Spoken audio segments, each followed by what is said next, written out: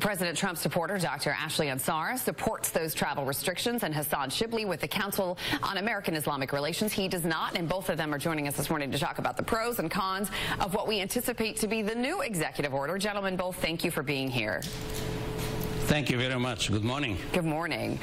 Doctor, let's go ahead and start with you. Why do you think these travel restrictions are actually important to put into place?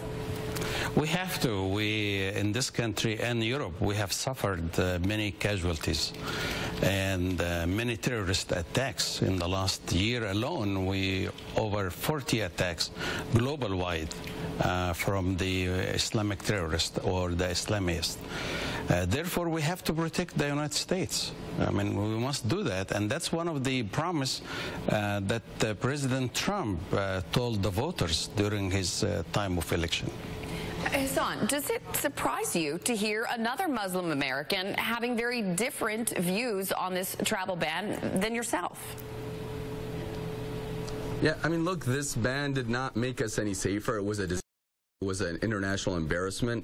Not one American in over 40 years has been killed by any member of those countries that has been banned. The chances of being killed by a refugee is 1 in 3.64 billion with a B. You're actually more likely to be killed by your clothes being lit on fire accidentally, according to the Cato Institute, than you are likely to be killed by an immigrant. It didn't make us any safer. All it did was promote hysteria and a lot of confusion, and it's bad for our country, and it's unconstitutional, frankly, I think, as the 9th District Court of Appeals made very clear. And the scariest part about this was, as the president was trying to enact this ban, he made the argument that his decisions were unreviewable. He was claiming complete unreviewable authority, and that his decisions are not subject to review by the courts and do not need to be consistent with the Constitution. And as an American, that kind of usurpation of power is what scares me.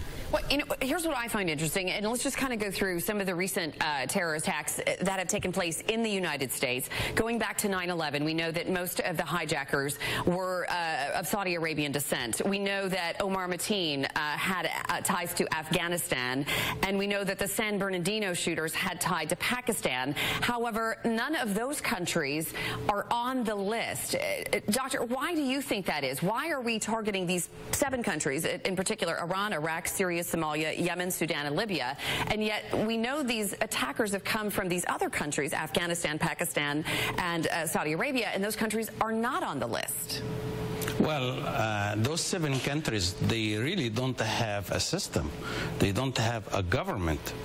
There is no way you could negotiate with any of these governments any type of peace treaty or trying to identify who are the radicals are. We see in Yemen and Libya and Syria and Iraq and chaos. That's why.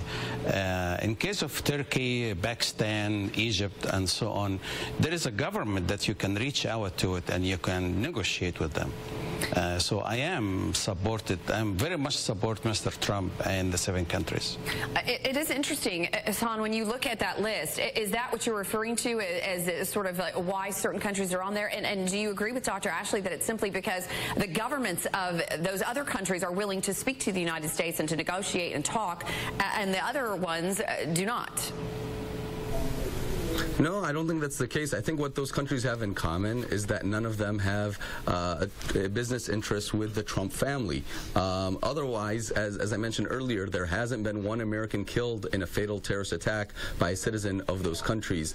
These policies, they simply promote fear and division, and they cause suffering.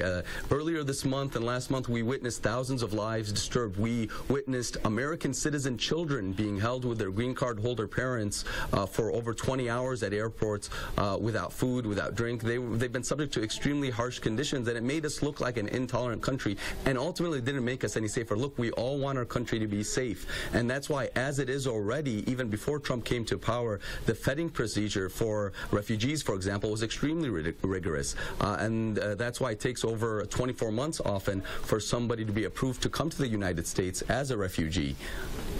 Well, we certainly appreciate both your time, gentlemen. It's something we could talk about all day long, I know. Dr. Ashley Ansara and Hassan Shibly for the Council on American-Islamic Relations. Thank you both so much for being with us this morning. And, of course, we will let our viewers know as soon as that new travel ban comes down. Gentlemen, thanks. Still to come.